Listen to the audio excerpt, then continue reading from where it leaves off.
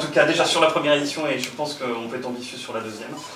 Et on a quand même un soutien renouvelé des communes de Saint-Liban-des-Joncherets, mais aussi du pays de l'agglomération du Pays de Dreux, du département de la région Centre-Val de Loire. Donc on a vraiment un vrai soutien des collectivités, sans parler d'une augmentation aussi des soutiens des mécènes. Donc ça c'est assez fort. En tout cas, tout est réuni pour que cette deuxième édition fonctionne. Oui, j'espère que la deuxième édition va fonctionner mieux que la première. Oui, tout à fait. Puisque 4000 participants, c'était vraiment très bien pour la première. Très bien, ouais. Le temps était là, il faut que ça continue. Oui, il a fait très bien. Donc là, la commune va suivre. Le prochain maire va participer, est d'accord pour participer. Et puis, il n'était pas tellement dans le coup la première fois, mais là, il va vraiment participer. Vraiment, il vous rencontre d'ailleurs. Donc, donc moi, je remercie beaucoup l'aspect d'IDAM qui a pris en charge ce festival, avec notre volonté de le faire, mais notre volonté vient de Serge, bien sûr. Oui, et puis il y avait aussi une grosse attente. Il y avait une grosse attente, parce tout à fait. Il n'y a rien dans le secteur. Ça a été un vrai succès public cette première édition, dans la mesure où effectivement on a quand même eu énormément de monde.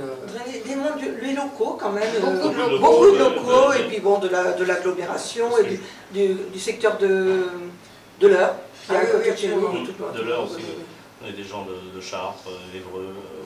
On va élargir un peu cette année sur l'Eure, parce que l'année dernière ça n'a pas été... Au niveau de la communication, oui, peut-être. Il n'y a pas d'autres festivals qui sont programmés dans le secteur, on n'a rien entendu. C'est vrai que le côté gratuit du site est quand même, permet aux gens locaux, encore une fois, de venir, de participer. Le bal c'était plein. Et les dates sont bien choisies, les gens ne sont pas encore partis en vacances. Il y avait déjà sur Saint-Lubin le feu d'artifice du 13 juillet qui drainait déjà énormément de monde. Donc cette période-là était déjà une période festive. Donc ça continue. On a aussi des gens des Yvelines qui viennent. On n'est pas loin de Paris. Non, c'est vrai que ça... Parce que c'est pas très loin les Yvelines quand même. Donc moi je remercie beaucoup Serge qui nous a amené ce festival, parce que c'est lui qui nous avait connu, qui est à l'origine, qui nous avait connaître, c'est le monsieur musique de la commune. Notre agitateur culturel. Oui, tout à fait. C'est mon métier de faire de la musique, donc oui. Ça fait partie de mes compétences. Un mot de Franck Edouard, qui est membre du conseil d'administration de l'Aspect d'Idam. Musicien également. Voilà. Comme tous les membres du conseil d'administration de cette société qui sont des artistes-interprètes. Alors juste deux mots pour vous dire un petit peu ce qu'est cette société, parce qu'on voit des fois ce nom-là et on se demande ce qui se cache derrière ça.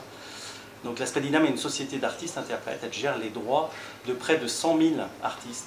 Donc c'est des droits qui sont perçus à la fois auprès des diffuseurs de musique, que sont les télés, les radios, mais aussi tous les lieux sonorisés, les discothèques, les bars, les restaurants comme ici, qui diffusent de la musique, vont verser une petite somme. Et l'Aspect d'Idam, son rôle principal, c'est de le redistribuer à tous les artistes concernés qui ont été diffusés. On perçoit aussi au titre de la copie privée, c'est une redevance qui est perçue sur les supports vierges d'enregistrement et qui permet, en fait, qui autorise aux gens à copier la musique. Et avec cet argent, la même chose, on va redistribuer aux artistes concernés. Et de par la loi, il y a en fait une somme qui est prévue, ça a été prévu dans le code de la propriété intellectuelle, qui est une partie des sommes perçues qui soient mises pour des aides à la création et à la diffusion du spectacle vivant et à la formation d'artistes. Et en fait, dans ce cadre-là, l'Aspect d'Idam réfléchit à des programmes, elle aide un grand nombre de manifestations en France, de festivals, de compagnies, de lieux, etc.